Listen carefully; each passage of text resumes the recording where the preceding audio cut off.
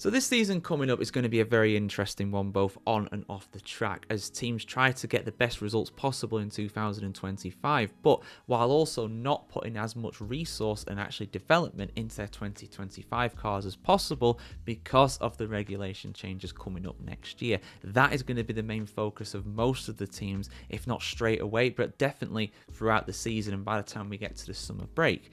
Now, a team that it's fair to say has gone literally backwards with development over the past few years is Aston Martin. Now, they're hoping to address this by making some big signings when it comes to their aerodynamics and design side of things. And of course, none are as big as Adrian Newey, the guy who's won more F1 championships than I think anybody in the history of the sport, if you take it as a staff member, more than even the likes of Enzo Ferrari, more than any driver has in the likes of Sir Lewis Hamilton and of course Michael Schumacher as well. But how are they going to get out of that development slump? How are they going to find a way to do that? Well, apparently they've got some methods, they've got some reasons and some hopes to be, something to be hopeful of, optimism really when it comes to this. But let's have a look at this, guys. Now, there will be a full article on the F1Chronicle.com, but sadly I'm having to get this one straight from the source, so nothing to show you on the screen, but I will read out the story just like usual for you guys. Just get a bit of a bigger picture of me than usual. Aston Martin's new team boss may have solved the issue that stalled in-season car development in the past couple of seasons.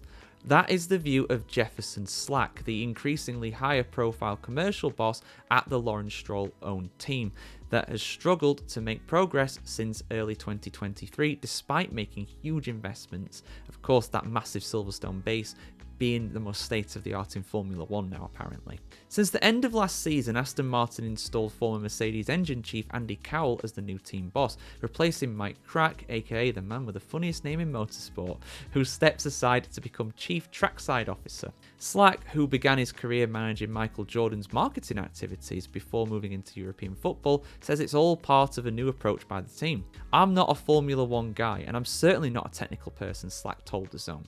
"So I don't meet Andy until a few months ago, but I can tell you that I'm hugely impressed. He has the technical knowledge, he has the human element, he has the leadership, he is decisive, but he is also very fair, and I think it's absolutely fundamental for our future." Slack says it was also Cowell's decision to ensure the arrival of Enrico Cardelli from Ferrari will see him lead car development from the Silverstone factory. "I think the changes that he made weren't just spur of the moment changes.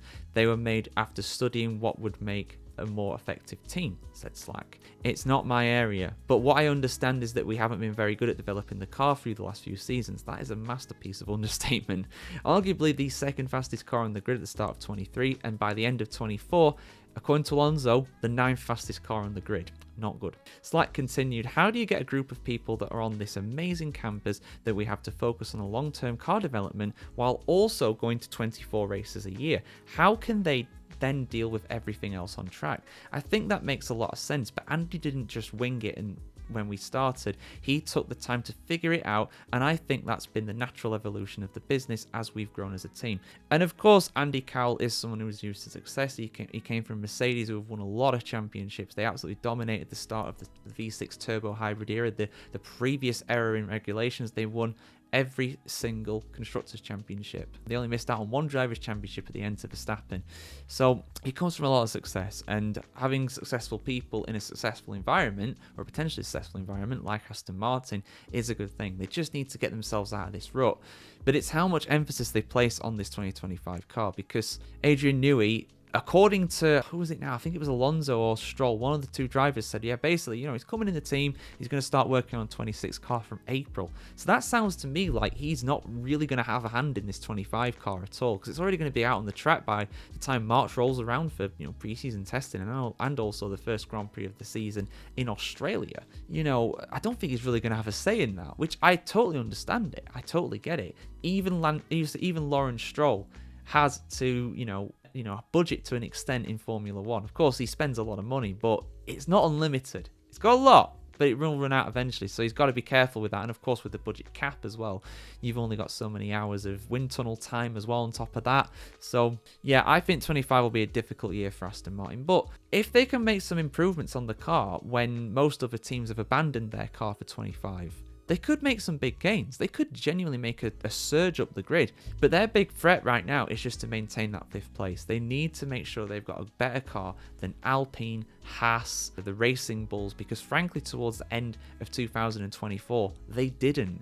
They only finished ahead of them in the Constructors' Championship because they were much better in the earlier part of the season. And even then, they weren't amazing. They were not amazing. So we'll see what happens, guys. What do you think? Is Cowell the man to turn things around at Aston Martin? Mr. Slack certainly thinks so. Let us know your thoughts in the comments below. And of course, keep it subscribed to the F1Chronicle.com to see much more content on the world of Formula 1 just like this. Have a good one, guys. See you soon.